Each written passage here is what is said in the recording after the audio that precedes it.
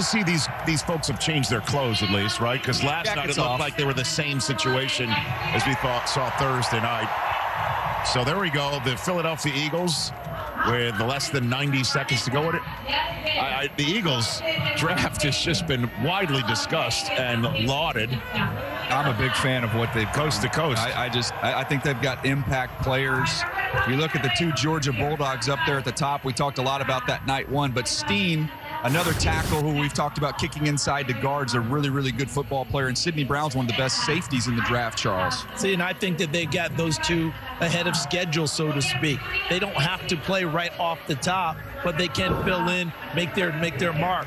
Eventually, Steen's going to be a starter at guard when the young man who's the center. They have Cam Jurgens. They have Jurgens. Cam Jurgens. And they have Dickerson inside. But remember, Cam Jurgens is going to play guard this year. He'll move to center when Jason Kelsey retires. Steen can plug right into that spot. They have a lot of versatile pieces on that offensive line.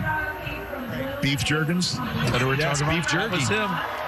That was a good combine moment so for us. great. Oh, my gosh. Would have been perfect if he got drafted here. All right, so the Eagles pick is in. Indianapolis is on the clock. The Patriots will then be on the clock unless they trade out. They have 4 fourth-round picks to transact today. That's New England. And it'll be near seconds now until we get Philadelphia's latest pick. And there are, some really good players that are out there from Georgia for them to have. And this would be wild if they did it again. The Philadelphia Eagles selection.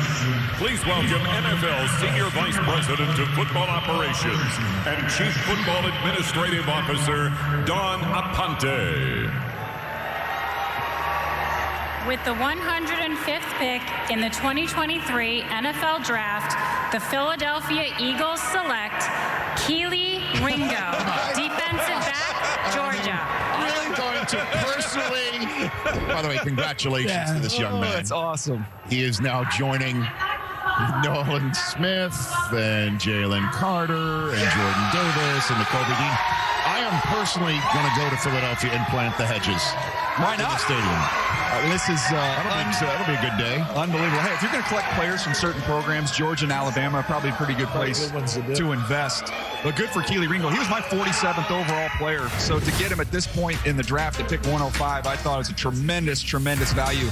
The size and the speed, we talked about that. It's legit track speed. The stiffness was the knock on him. But the word on that screen that I think you need to focus on is the toughness. This guy's competitive. He's tough. And when he's in phase and position, he can really play the football down the field. And I think that's why you've seen some people talk about him as potentially moving to safety. Press man, he's physical. Here he is working against Tillman, who we saw get drafted yesterday out of Tennessee, able to locate the football and really physical as a tackler.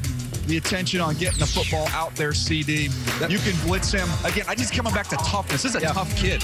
And remember, this is... Yeah, let's get, first of all here, Charles, just a second. This is time for Next Gen Stats powered by AWS. You see the overall draft scores. When you factor everything in, look at those Georgia DBs.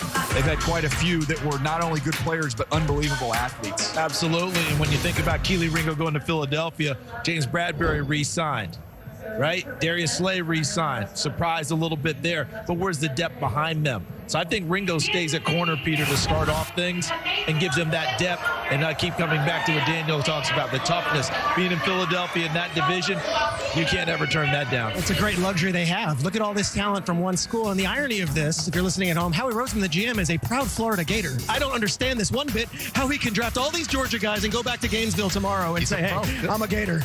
He's a total pro. That's what it is. He's a total. Howie's just trying to make his team better. Your alma mater is your alma mater, but your job is way more important. Unbelievable.